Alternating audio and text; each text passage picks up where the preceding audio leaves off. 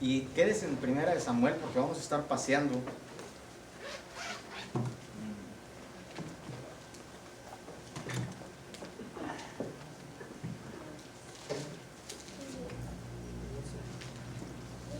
Primera de Samuel capítulo 1 y vamos a estar ahí en el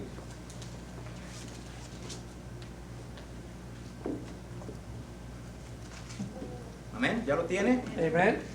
Dice así: hubo un varón de Ramataim, de Sofim, del monte de Efraín, que se llamaba Elcana, hijo de Jeroam, hijo de Eliú, hijo de Tou, hijo de Suf, Efrateo. Amen. Y tenía dos mujeres. Ay, bárbaro. Dice, el nombre de uno era Ana y el de la otra Penina.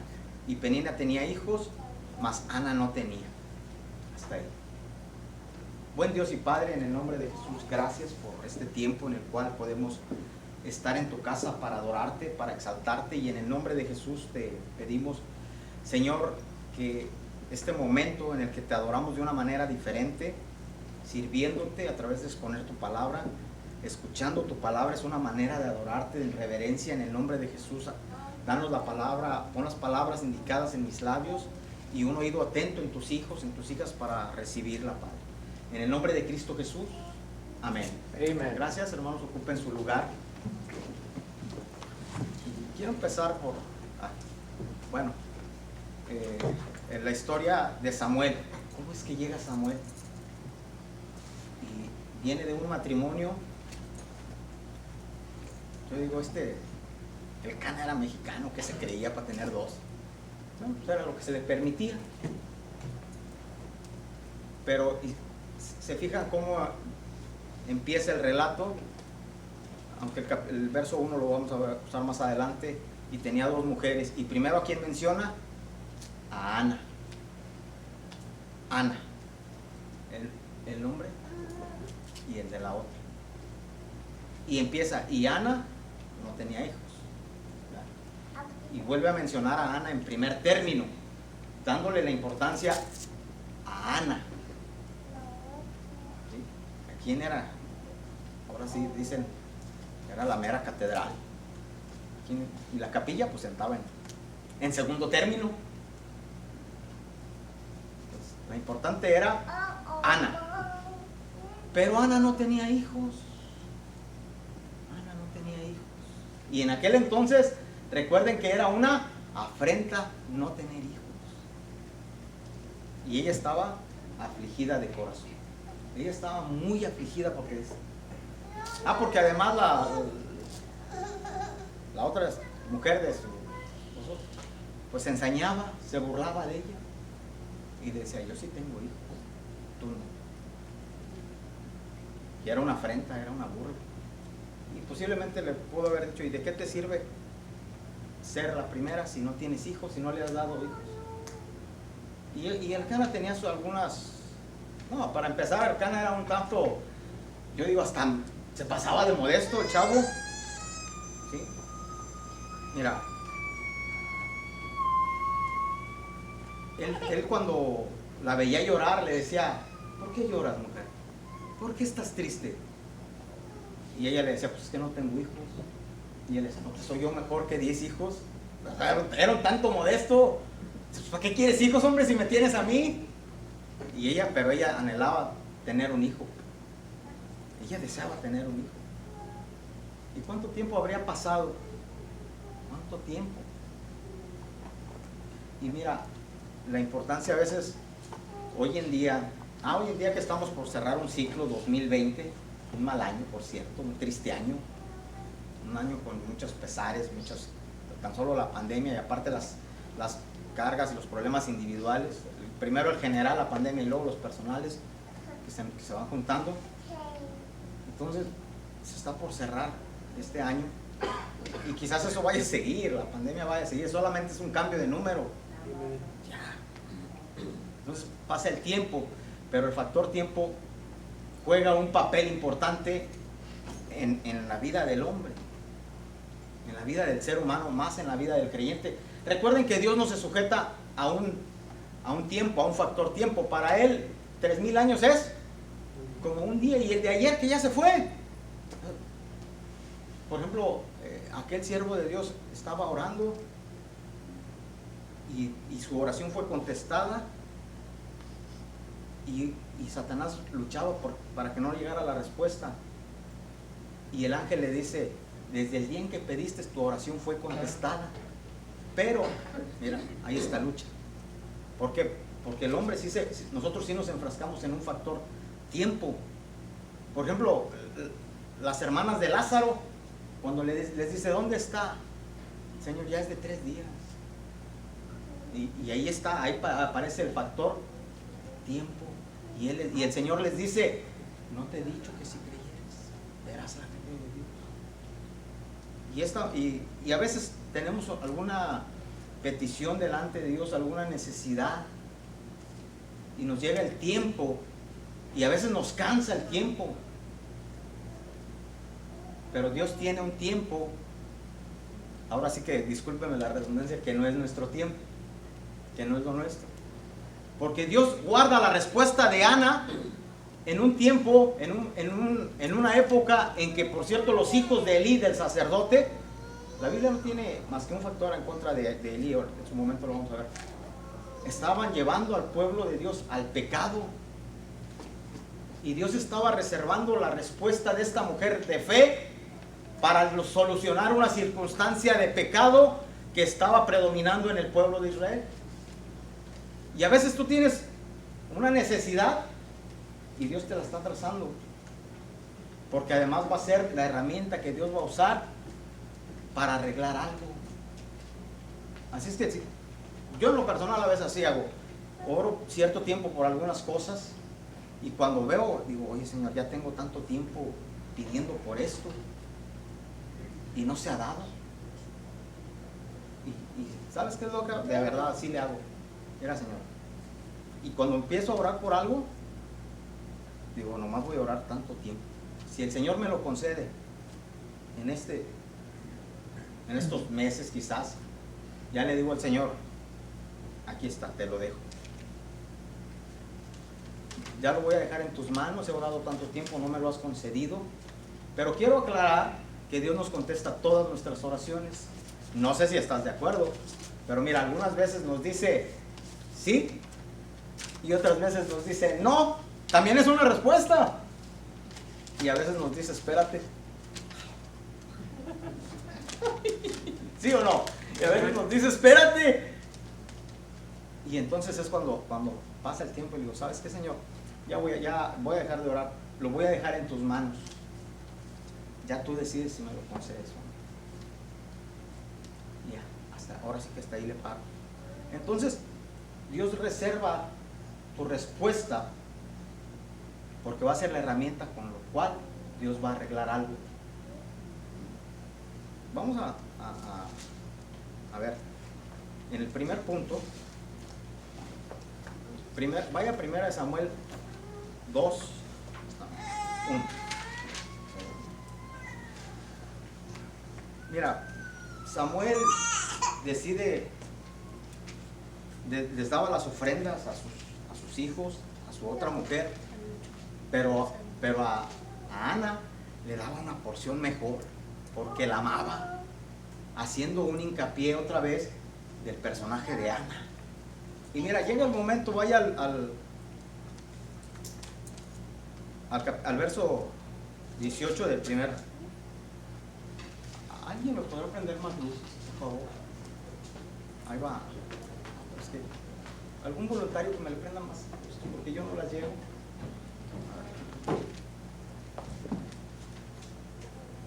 No me le quites. No es la gran cosa, pero ya cambió. Ahí está, gracias. Ay, ahora sí. No.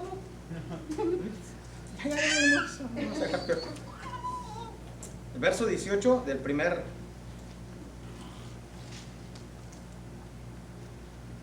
Mira.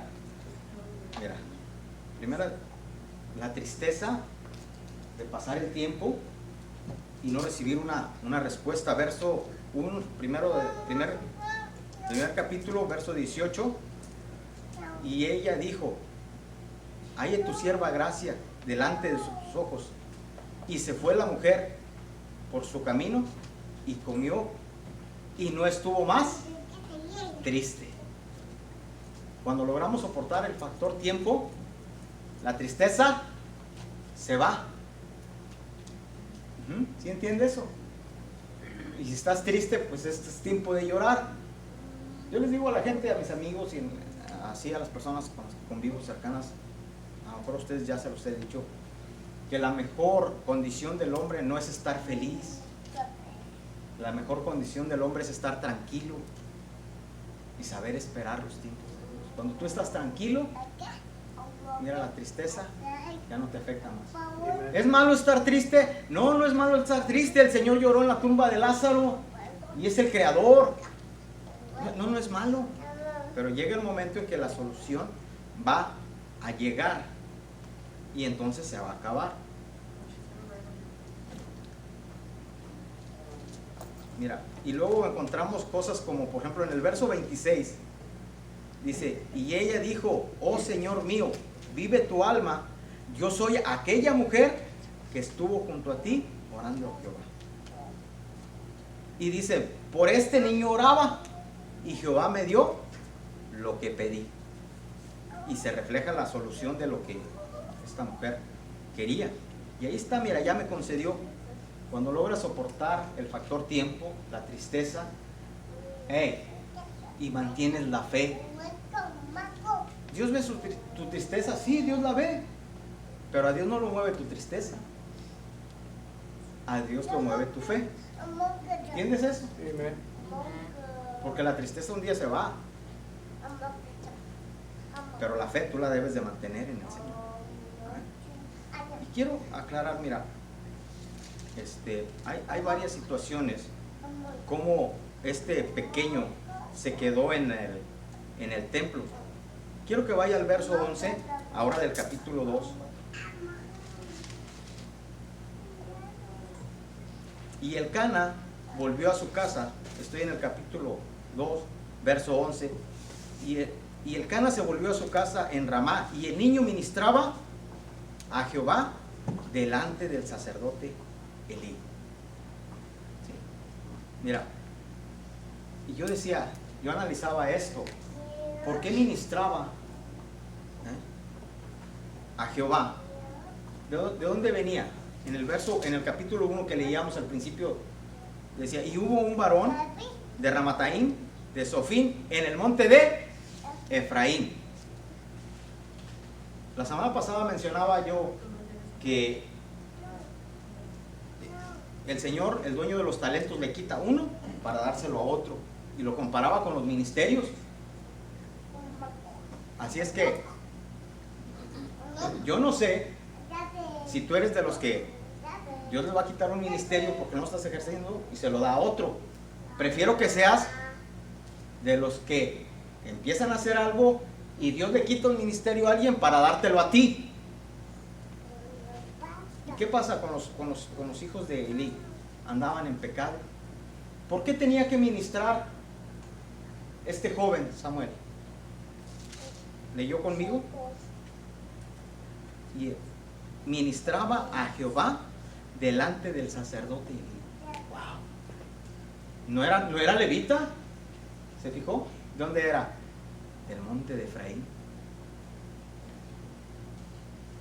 Y Dios le quita el sacerdocio a los hijos de Elí para dárselo a Samuel. Y eso es bien importante. Por ejemplo, él dice que solamente estaba vestido de efod, pero mientras en el capítulo 28 del libro del Éxodo, del 3 al 4, dice cómo se vestían. Y hay una diferencia. Cómo se vestían los sacerdotes y cómo andaba vestido este joven o este niño. Y a veces la vestidura es una cosa. Mira, muchas de las veces yo fui atacado y acusado porque no me pongo corbata. No, de verdad. Y iban y le decían al pastor Tomás: es que no se pone corbata. Y yo les decía, ahí arreglas con mi esposa, es la que me dice, ¿dónde estoy? De verdad. Pero yo en mi iniciativa, ustedes muchas veces me han visto con corbata y saco, ¿sí? Y siempre les dije, mira, tráete a cualquier borracho de la calle, báñalo, rasúralo, ponle saco y corbata, y cualquiera que lo mira va a decir, es un pastor. Y si lo dejas hablar aquí, en un descuido hablará mejor que nosotros. Pero ni el cristiano llega, porque la vestidura no tiene nada que ver. Y los vemos en los hijos de Elí, que andaban con su real vestidura de sacerdote, pero también traían una vida de pecado. ¿Y de qué sirve cómo nos vestimos? ¿De qué nos sirve si el corazón está sucio? De nada. Deja aparte la vestidura y limpiamos nuestro corazón delante de Dios. Y ahí vamos a empezar a cambiar las cosas. Amén. Encontramos muchos factores cómo estorba primero lo que creemos o lo que pensamos que estamos haciendo bien, y no nos vamos a una vida conforme a la Escritura. Va más allá de lo que creemos, de lo que pensamos, de lo que nos imaginamos que está bien. Vemos un cambio para bien. Por ejemplo, a veces a Eliab en días pasados me hacía una pregunta: ¿por qué tenía que haber cambios de real sacerdote? Yo le explicaba algunas cosas que he leído en la Escritura. Por ejemplo,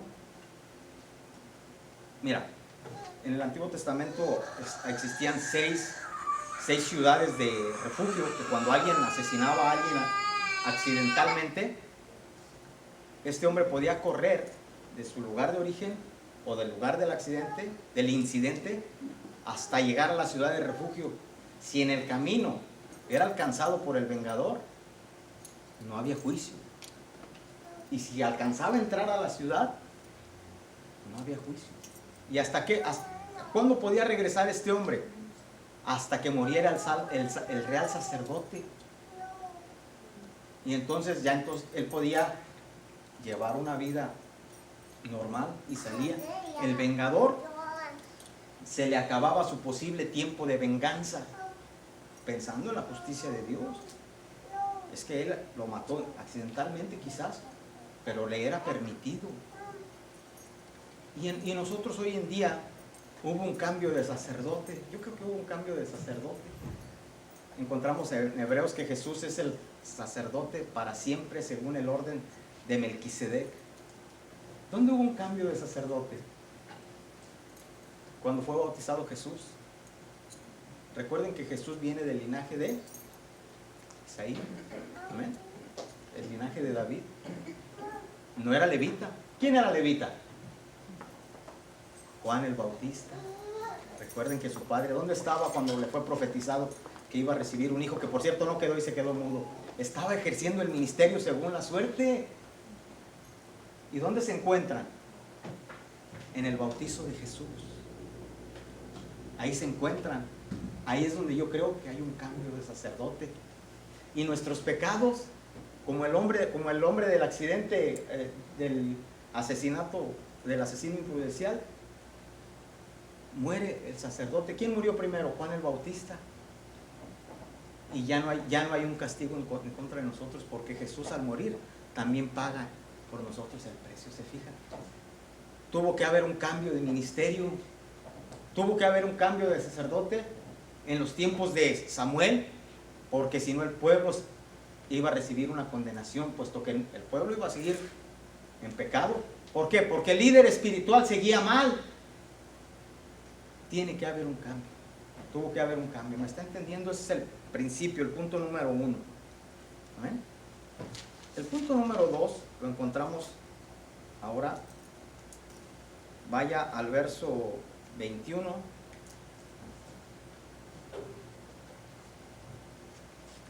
Pero ahora del verso 2. ¿Sí? ¿Qué dice? Verso 21, capítulo 2. Y visitó Jehová a Ana, y ella concibió concibió y dio a luz 3 hijos y 2 hijas, y el joven Samuel crecía delante de Jehová. Vimos que ministraba a Jehová delante. Amén. Y luego, ¿qué dice? Ahora en este verso, y crecía. Encontramos esa parte bien importante. El joven Samuel iba creciendo. Vaya conmigo. Bueno, ya nos quedamos en ese 2:21. Ahora quiero que vaya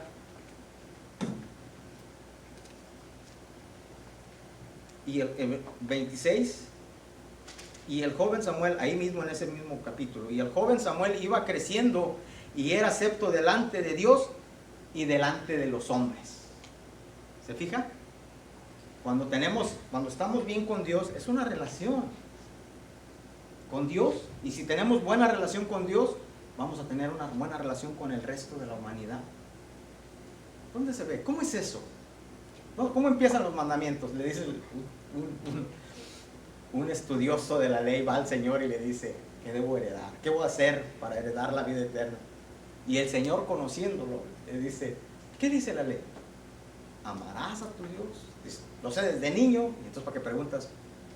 Dice: amarás al Señor tu Dios con toda tu alma, todo tu corazón, todo tu ser, que empieza.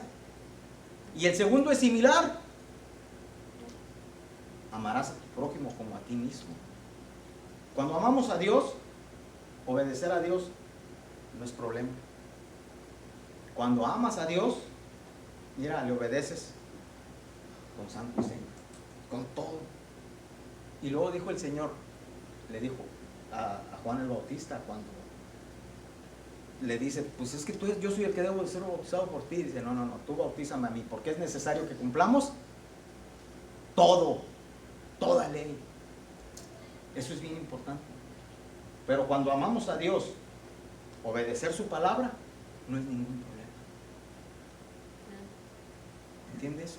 Y luego, cuando amamos a nuestro prójimo, pues no le robas, no le codicias, y todos los mandamientos. ¿Por qué? Porque le amas. ¿Se fija? Entonces, por eso Samuel crecía y decía, y dice la Escritura, estaba bien con Dios, crecía para con Dios, pero también crecía hacia la gente. Eso es bien importante. Encontramos, ahora, ¿por qué crecía? Pues porque era niño.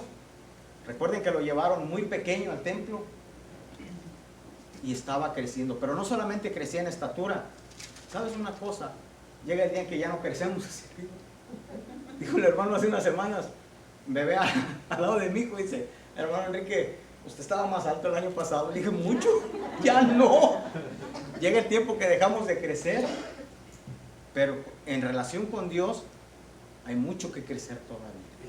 Amén. Encontramos en Proverbios 4:18 que dice: mas la senda del justo es como la luz de la aurora, que va en ascenso hasta que el día es perfecto. El crecer, hermanos, no es una opción. Crecer en el Señor no es algo, aquí me quedo, no. Es algo que bien podemos seguir haciendo.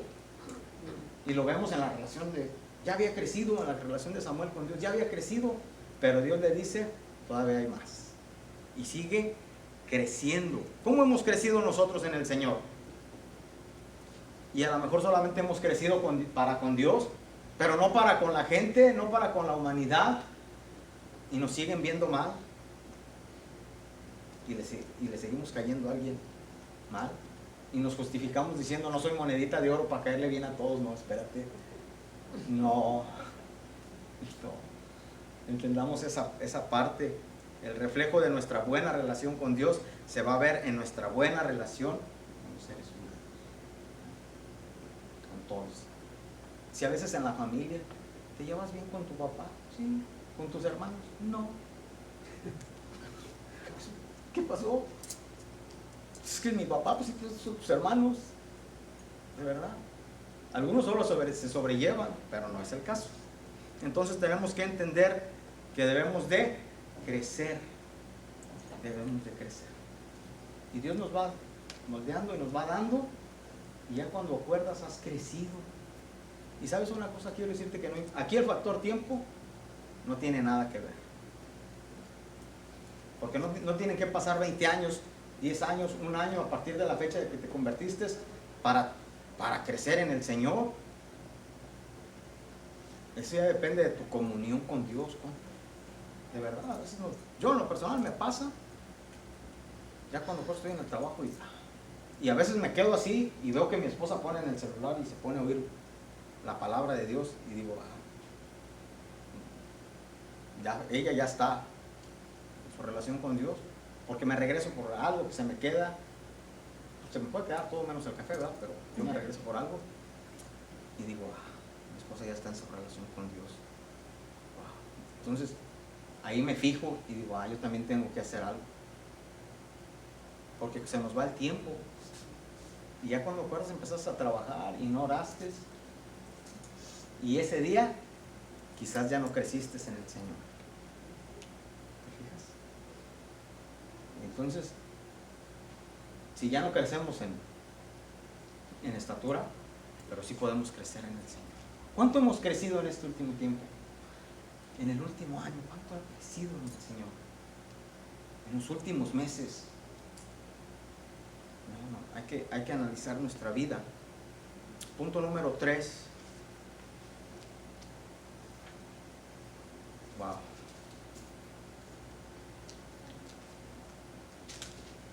Capítulo 3, verso 19. Entonces vimos que Samuel ministraba, ¿sí?, sin ser sacerdote. Yo quiero, a lo mejor no está de acuerdo conmigo, pero yo creo que Samuel arrebató un ministerio. Para mí en lo personal, arrebató un ministerio. No era su intención, pero Dios le dio ese ministerio de sacerdote y de profeta. Vamos a ver qué dice 19, pero del capítulo 3. Y Samuel creció. ¿Se fija la palabra? El cambio de la palabra en el verso 2, en el capítulo 2, y crecía. Estaba creciendo. En el capítulo 3, y Samuel creció. Es decir, que llegó el momento en que ya no más hacia arriba creció. Ya, hasta ahí. Había pasado un tiempo en el cual, ¿a los cuántos años dejaste de crecer, Michael? Hacia arriba, porque yo crecí hacia enfrente. Yo. ¿Qué serán los 18? Por ahí. ¿Todavía te acuerdas? No. Bueno. A los 18 años dejan. Las mujeres, ¿a los cuántos años dejan de crecer las mujeres? A ver, ayúdenme, hermanos. A los 19. Ay, Dios. ¿Alguien por acá? ¿A los cuántos dejó de crecer, hermanas? A los 21, pero me dejó el pie. ¿A los qué? ¿A los 21? ¿Dejaste de crecer? Sí, pero me creció el pie. El pie, en algunas partes. Entonces, vamos ¿a qué edad dijiste? ¿18? Vamos a promediarlo. Pero como Samuel era hombre, vamos a decir que en este punto de su vida, cuando ya dejó de crecer, vamos a decir que tenía 20 años. Vamos a aumentarle uno al promedio de la edad de mi hermano y al de ustedes, 19 o 21, dice mi esposa. Entonces, pues vamos a bajarlo. Vamos a decir que tenía 20 años Samuel y no creció más hacia arriba. Está bien. Pero, ¿qué tanto creció con Dios? Ahora, ¿qué dice el verso? Y Samuel creció, y todo lo que había hecho, dice, y Jehová estaba con él. Wow. ¿Se fija? Oiga, qué bonita garantía. Yo he leído algunos testimonios en la Escritura. Por ejemplo, Esdras dice que pues fue con el rey lo notó triste y le dijo, quiero ir allá, y así, ¿cuánto tiempo va a durar tu viaje? Y cuando llega, por ahí del capítulo 10 de Esdras, dice, y la buena mano de Jehová, dice, y en todo le fue bien, porque la buena mano de Jehová estaba con él. ¿Qué garantía de que todo nos va a ir bien cuando Dios está con nosotros? Obviamente que el obedecer la palabra de Dios nos hace que Dios esté con nosotros. Amén. Y eso es una garantía, como dice el Salmo 1, y todo lo que hace, prosperará. Todo. Qué hermosa esa parte. No, bueno, es un lujo. Imagínate que todo le sale mal. No, mejor no te imaginas. Pero que todo le salga mal. Y que todo vaya mal. Bueno, pero en este caso hay algunas garantías, o todo es garantía de que te va a ir bien en la vida, en tu ministerio, en tu trabajo, con tu familia, porque Dios está contigo. Pero ¿sabes una cosa? Cuando Dios está contigo, si bien es cierto es una bendición, hay un compromiso. Y lo vemos en la siguiente parte del verso. Y Samuel creció y Jehová estaba con él, y no dejó caer a tierra ninguna de sus palabras. Es decir, que cumplió todo. ¿Y cuántas de las veces Dios nos da muchos mandamientos? Y algunos los hacemos y algunos no. Amen. ¿Y qué dice aquí? Y no dejó caer a tierra ninguna de sus palabras. Ese es el compromiso que nos acarrea que Dios esté con nosotros. Eso es bien importante. Con la bendición de Dios viene el compromiso, lo acabamos de leer. Pero cuando somos capaces de guardar la escritura, Dios nos habla. Ahora quiero que vaya al verso 20, que dice: y todo Israel, da puntos, desde Dan hasta Berseba, quizás sea al revés, no sé, conoció que Samuel era fiel profeta de Jehová. Eso se llama testimonio. Era sacerdote. Mira, ya Dios le había quitado el sacerdocio, el ministerio de sacerdote de los hijos de Elí, para traérselo a Samuel. Y ahora lo hace profeta. Lo leímos hace rato, y el altar del justo es como la luz de la aurora que va en ascenso hasta que el día es perfecto. ¿Se fijan? Por eso les decía, qué importante es que ustedes sean, y yo también, seamos de los que Dios nos da otro ministerio porque estamos cumpliendo bien, y no sea de los que les quita a los que andan mal para dárselo a otro. Despertemos y actuemos para bien.